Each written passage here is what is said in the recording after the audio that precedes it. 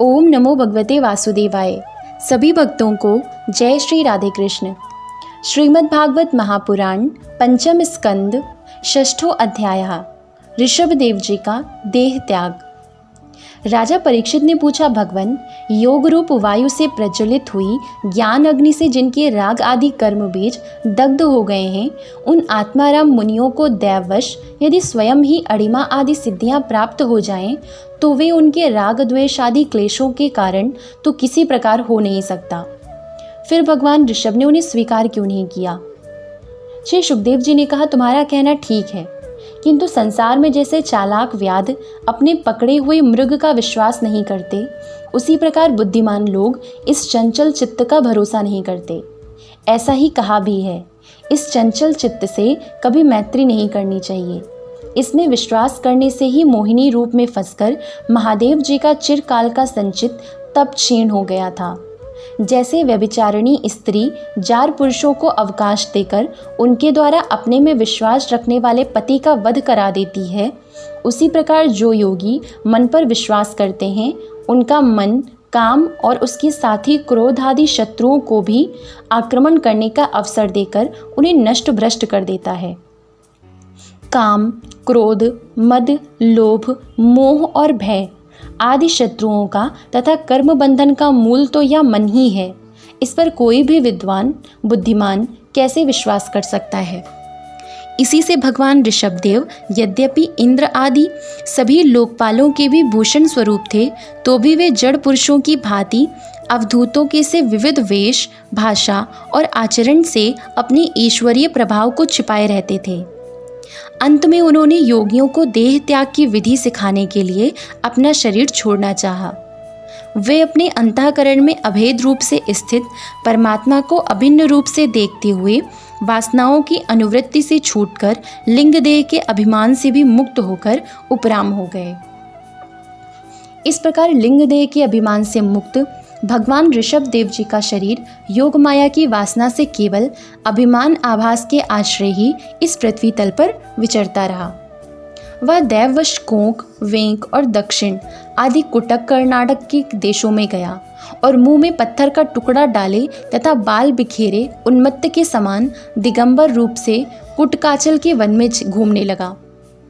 इसी समय झंझावात से झकझोरे हुए बांसों के घर्षण से प्रबल दावाग्नि धधक उठी और उसने सारे वन को अपनी लाल लाल लपटों में लेकर ऋषभदेव जी के सहित भस्म कर दिया।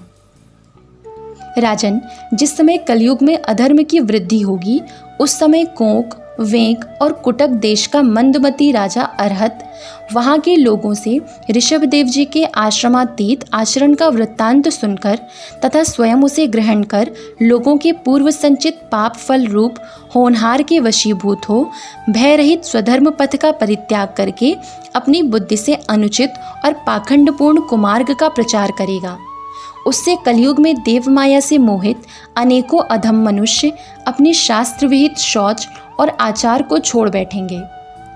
अधर्म बहुल कलयुग के प्रभाव से बुद्धिहीन हो जाने के कारण वे स्नान न करना, आचमन न करना, अशुद्ध रहना, केश नुचवाना आदि ईश्वर का तिरस्कार करने वाले पाखंड धर्मों को मनमाने ढंग से स्वीकार करेंगे और प्रायः वेद, ब्राह्मण एवं भगवान यज्ञ पुरुष की निंदा करने लगेंगे।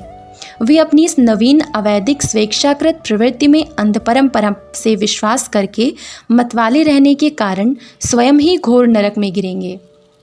भगवान का यह अवतार रजोगुण से भरे हुए लोगों को मोक्ष मार्ग की शिक्षा देने के लिए ही हुआ था। इसके गुणों का वर्णन करते हुए लोग इन वाक्यों को कहा करते हैं, अहो, 7 समुद्रों वाली पृथ्वी के समस्त द्वीप और वर्षों में यह भारतवर्ष बड़ी ही पुण्य भूमि है, क्योंकि यहाँ के लोग श्रीहरि के मंगलमय अवतार चरित्रों का गान करते हैं। अहो, महाराज प्रेव्रत का वंश बड़ा ही उज्ज्वल एवं स्वयशपूर्ण है, जिसमें पुराण पुरुष श्री आदि नारायण ने ऋषभ अवतार लेकर मोक्ष की प्राप्ति कराने वाले पारमहंसी धर्म का आचरण किया।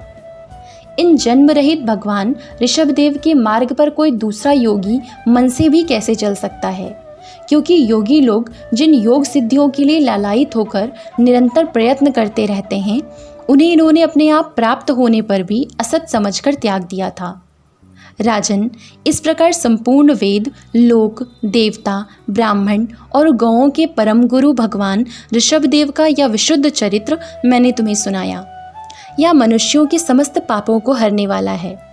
जो मनुष्य इस परम मंगल में पवित्र चरित्र को एकाग्र चित्त से श्रद्धापूर्वक निरंतर सुनते या सुनाते हैं, उन दोनों की ही भगवान वासुदेव में अनन्य भक्ति हो जाती है। तरह तरह के पापों से पूर्ण, सांसारिक तापों से अत्यंत तपे हुए अपने अंतःकरण को पंडित जन इस भक्ति सरिता में ही निरंतर नहलाते रहते हैं। इससे उन्हें जो परम शांति मिलती है वह इतनी आनंदमयी होती है कि फिर वे लोग उसके सामने अपने ही आप प्राप्त हुए मोक्ष रूप परम पुरुषार्थ का भी आदर नहीं करते। भगवान के निजजन हो जाने से ही उनके समस्त पुरुषार्थ सिद्ध हो जाते हैं। राजन, भगवान श्री कृष्ण स्वयं पांडव लोगों के और यदुवंशियों के रक्षक, गुरु, इष्टदेव, सुहृद और कुलपति थे। यहाँ तक कि वे कभी कभी आज्ञाकारी सेवक भी बन जाते थे। इसी प्रकार भगवान दूसरे भक्तों के भी अनेकों कार्य कर सकते हैं और उन्हें मुक्ति भी दे देते हैं, परंतु मुक्ति से भी बढ़कर जो भक्ति योग है उसे सहज में नहीं देते।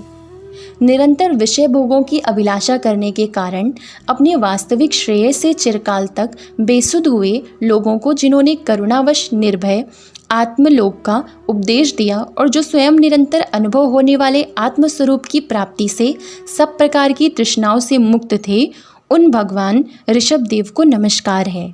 ओम नमो भगवते वासुदेवाय। जय श्री राधे कृष्ण।